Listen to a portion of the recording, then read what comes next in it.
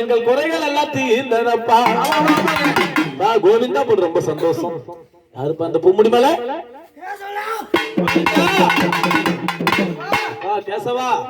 ஏதோ அடியார்கள் போடுகிற பூஜை சந்தோஷமா? எந்த ஒரு குறை இல்லையே? சரி சாமி, நீ எப்படிப்பா இறந்துட்ட?